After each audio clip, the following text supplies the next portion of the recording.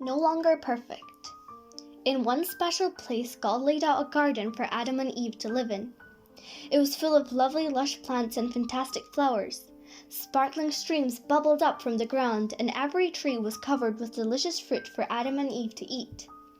So many different types of animals lived in the garden that it took Adam many years to give each one a name.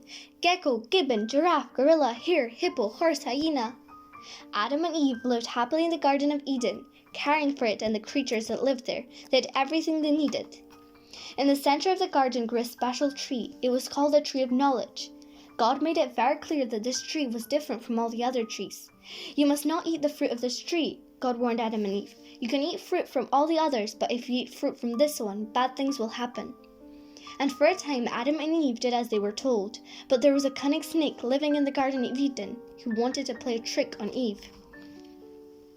One day, the snake saw Eve standing by the tree of knowledge. It slithered up to her, whispering softly, "Look at the lovely fruit." "I must not touch it," said Eve. "Smell how sweet it is," the snake hissed. "God told us to leave it alone," Eve protested. "Ha," laughed the snake. "God doesn't want you to know the things he does, the things that are good and the things that are evil." Eve looked at the delicious fruit, wondering what it would be like to know all that God knew.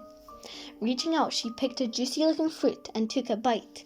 Then she passed it to Adam for him to try. From that moment on, things started to go wrong.